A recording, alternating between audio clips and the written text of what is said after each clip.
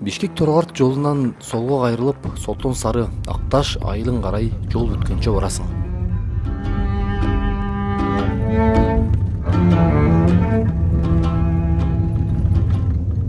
Биз жетчү жерге дагы 60 чакырымдай жол бар. Бирок таштаак жол.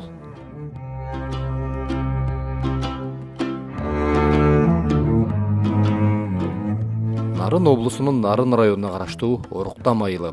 Айылда 50-ге жакын түтүн жана мектеп менен бала бакча бар.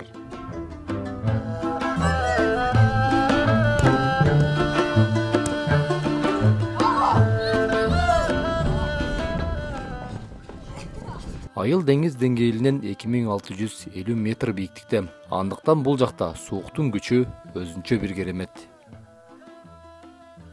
Бул айылда Баян Осмонов аттуу кыргыз тил мугалими жашайт. Жашайт дегенде кандай? Үй ат эле болгон 4 дубал ичинде 2 уулу жана жубайы менен күн кечирет.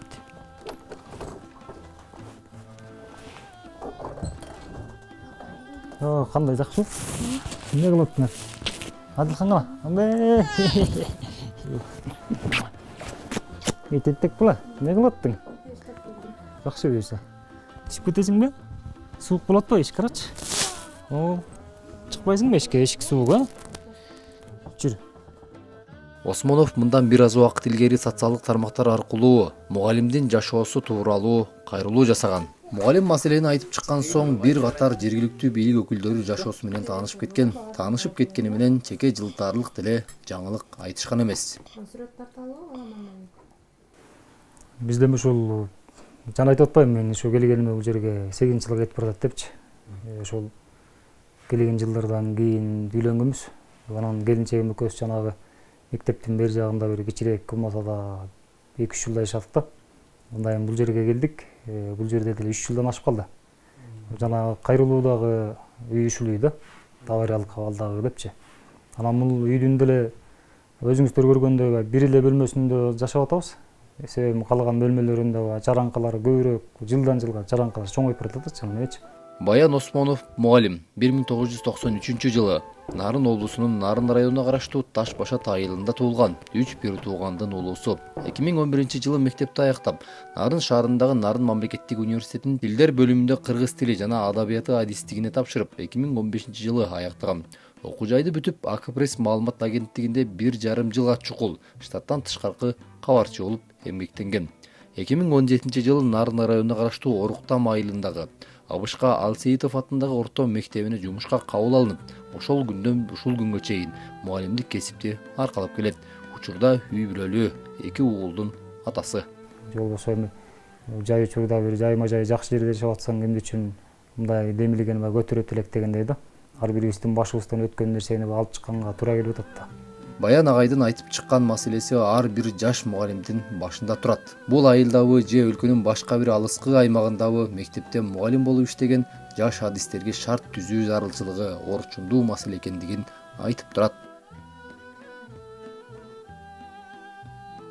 Мамлекеттин көзөмөлүндө, мамлекеттин балансында боло турган ушундай бизде мисалы үчүн жаш кадрлар келе, кандай кадр келбесин мугалимдик кесипке. Ошолор ошол үйдө жашап иштей турган үй болсо депчи. Биз деле айткандай бир 2-3 жыл иштейбизби, балким андан кийин башка жакка кетип калышыбыз мүмкүн дегендечи. Биз эми ички мигрант катары эсептелип атабыз азырчы. Азыр мамлекет жакшы эле өнүгүп атат деп айтып атабыз. Анан ушул маселени деле чечип коюш мамлекеттин деле колунан келет деп ишенип, ошол себептен дагы биз кайрылуу жиберип атабыз да.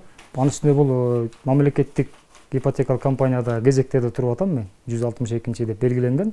Нарын шаарынан. Ушул Оруктамда иштеп жүрүп, ушул үйдү алдык эле дегенде бир жашообузга мотивация болсун деп, ошол максатты да баштаган ишти аягына таштабайлы деп, ошол максат менен да туруп калдык да.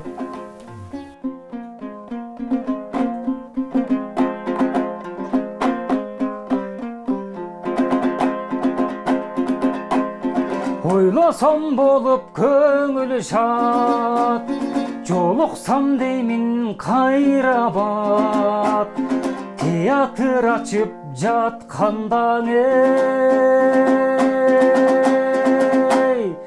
нарындан жазган саламга, нарындан жазган салам кал